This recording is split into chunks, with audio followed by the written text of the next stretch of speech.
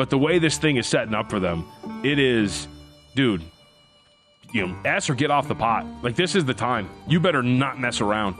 Mitch Moss and Paulie Howard are here to make you a friend of ours. That would mean you were made guy. Investigating what is and isn't legit. Because that's a Fugazi. All right? That's a Fugazi. I looked at it for 2 seconds. Seeing through the lines to make you a better. I know you know. And I know you know I know you know. The FTM Army is being sent for. In our thing, you get sent for, you go in alive, you come out dead. And it's your best friend that does it. These two wise guys would never steer you wrong. Forget about it. This is Real or Fugazi on Follow the Money. Yeah, Mitch Moss, along with Jonathan Von Tobel here. He's in this week for Paulie Howard. You were born when? What year? 1990. Donnie Brasco was made in 1997. Oh, okay, I can watch it. Okay. So you've never heard of it, is my guess? No shot. Nothing. Donnie Brasco? In my opinion, the most underrated mob movie of all time. It's never talked about when people get into that conversation of best mafia movies. On X, let JVT know how badly he needs to watch this movie. He's at MeJVT. I'm down to watch it. Johnny Depp is incredible. Pacino's fantastic. That's Fugazi. Forget about all of that. So that's where that movie is. I don't know. Somehow it's. I've watched it probably 10 times, and every single. It's based on a true story. For audience too, I'm very anti watching movies that came out before the year I was born. So production value is just garbage. You have to appreciate it for what it was like back then. Terrible. Okay, all right. If under 4.5 quarterbacks in the first round is a losing bet, it's because of Michael Penix and not Bo Nix. Is that real or Fugazi? That's real. It's not. I don't think Nix is the better quarterback. Penix is the better quarterback. And if I were to lose under 4.5 quarterbacks, I would prefer that it is Michael Penix who sneaks into the first round. Are you almost saying that you're okay with it? Losing Yes. to Michael Penix. Yes. If I lose because Bo Nix went in the first round and not Michael Penix, no shot. How about this idea? So you bet the under at a nice plus price. Are you thinking about maybe getting off of that a little bit by adding Penix to go in the first round as kind of a safety net? Because they're both plus money, and you're not going to get. I mean, you can't win both bets, obviously, but I could. I'm also very greedy and think that I'm right. And so I might just roll with this thing. Hedging discussion coming up in about 12 minutes, by the way. Judging a college quarterback's level of success in the NFL is not an easy way to make a living. Is that real or Fugazi? Oh, that's real. I mean, you look at it. So Bucky Brooks had an awesome tweet about like a month ago of I think it's like the last 3 seasons, but of like the last 19 quarterbacks drafted, only 2 are expected to start week 1 this coming season.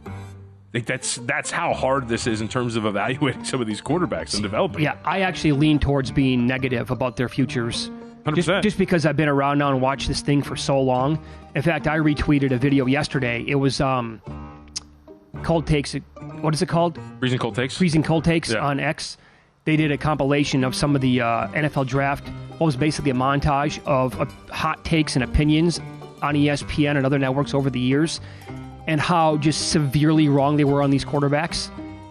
But, I mean, some guys are going to be really good.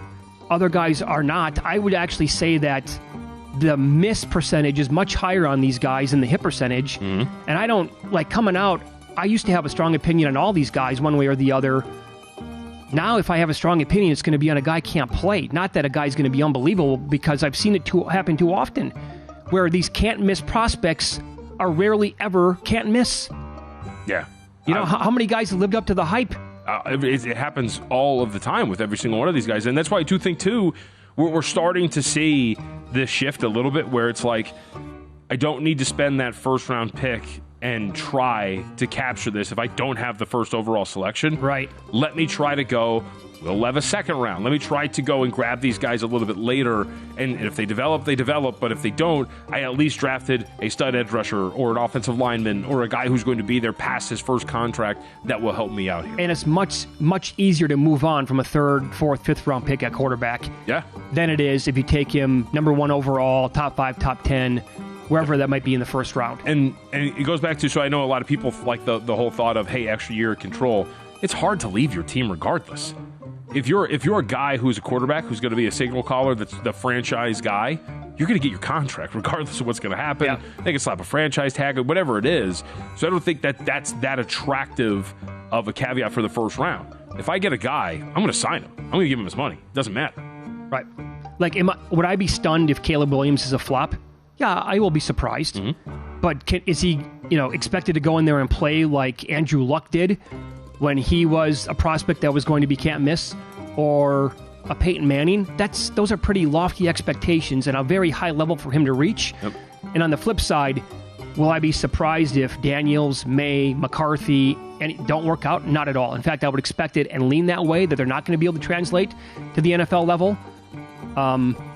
Again, because so many guys have come out with, look at what they did in college. They were unbelievable at that level. Power 5 conference, did it for 3 years, and then all of this stuff. J.J. McCarthy might turn out to be a really good pro. Mm-hmm. I'm convinced that people who are in his quarter and fighting that fight, screaming and yelling from the mountaintop, say he's got to go number 2 overall, or he's the best quarterback in this class, they want to be I told you so guy more than anything else.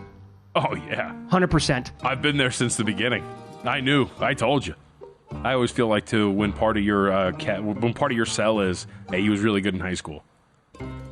It's a little great, trouble, right? Terrific. It's like one of those, like, how is he as a player? It's like, he's a really nice guy. Yep. Like, well, that's not what I'm asking. They're trying to extrapolate small moments in time from McCarthy as the quarterback in a run-heavy offense in a situation, maybe even against bad teams in the Big Ten. Look at this play on 3rd down and 11 where McCarthy noticed the heat coming and he scrambled out and he made this throw. That's great. It happened a handful of times in the college level. Does that mean he's going to be a franchise quarterback for 10 years in the NFL? Not necessarily. By Big the way, leap in my opinion. I also watched him almost give away the game against Maryland. No kidding. Yeah. It's a major disappointment if the Boston Celtics do not win the Eastern Conference, real or Fugazi. Oh, real. I like their win total, or their loss total should be 3.5. And again, this is specifically Eastern Conference. This thing is setting up for them so nicely. Giannis is injured. They could get eliminated by the Indiana Pacers. Sure, maybe you get I think the heavyweight matchup. If the 76ers lose this game, win the 8th seed, Joel Embiid could go nuts. But the way this thing is setting up for them, it is, dude, ass or get off the pot. Like, this is the time. You better not mess around. The fact that you were down 3-0 last year to Miami Heat was unacceptable. Because you saw what happened to them in the finals. You need to get this done now this year. You're better. You have Drew Holiday. You have Kristaps Porzingis. The Eastern Conference around you, low-key kind of stinks. This thing, you better make this thing out. Absolutely. On paper, numbers-wise, they are the 2017 Warriors. Yes. And it has to show out on the court this year. And if it doesn't, if they do not come out of the Eastern Conference, what does that mean for Missoula moving forward? And then what? They're going to sign Jason Tatum and give him more than $300. They're going to have $600 million tied into Tatum and Jaylen Brown. Just gave Drew Holiday a contract. They got tons of money. Yep. No, I agree. Like, this would be a massive disappointment if they don't make this thing out. Oh, it's beyond upset. Yes. Like, no, and they could, but that's part of the problem. And I wrote about this in the NBA Primer, which, by the way, check it out at VSiN.com. One of the big things for them is the last 2 years, in the postseason, you have had an extremely negative net rating in clutch time. You have not been able to operate in the postseason in these games that are within 5 points. Yeah. That's got to change. You've got to stop just taking the gun and just, boom, just shooting yourself in the foot over and over and over again. Those things can't happen. With the improvements, it shouldn't. But, that's kind of why this has also been so disappointing. It's not like they've run into these buzzsaws like these great teams. No, they've run into themselves. That cannot happen anymore. They go into hero ball. Yep. In clutch time. It's the exact opposite of what makes the team brilliant on offense. Yep. I got to get a Fugazi in here at some point. Maybe this will be the one. People bashing OKC, and by the way, there was plenty of it yesterday and on Sunday night. Clearly did not watch them play this year. Real or Fugazi? Clearly did not play. So my answer, if I were to say Fugazi, what I'm saying that those people bashing them are right? Yes. So no, that's real then. That's real? I can't get a Fugazi? Okay, all right. Well, right? I mean, that means you don't want it. Who was bashing? Yeah. Oh, it was up and down. Oh, it was everywhere. They got no shot? I'm listening to national radio yesterday outside of VSiN. I'm watching stuff on TV. It's just like people are going to be so disappointed in OKC. Yeah. I mean, this goes to the point where this is about the time where a lot of people just kind of check in, swoop in. Pretty much, yeah. Right? But no, if you didn't watch, they were incredible. No. I got what you got. I'll get you a Fugazi at some point. What are we doing? I got one more dialed up for you. The Suns and Kings passing on Luka in the 2018 NBA draft, followed by the Hawks trading him for Trae Young, isn't quite Portland taking Sam Bowie over Michael Jordan, but it's pretty damn close. No, Fugazi, it's worse. It's worse? Yeah. There you go. Okay. Look at that, dude. You had your hands on him. He was there. You had him. And Both by the way, things. Sam Bowie was thought of as, he was hurt because of the injuries obviously derailed him. Dude, the Suns had his coach. Also, I will say Bobby Knight, though, in 1984 called Michael Jordan the best player in the world. Yeah. And he was in college. Maybe they should listen to the general.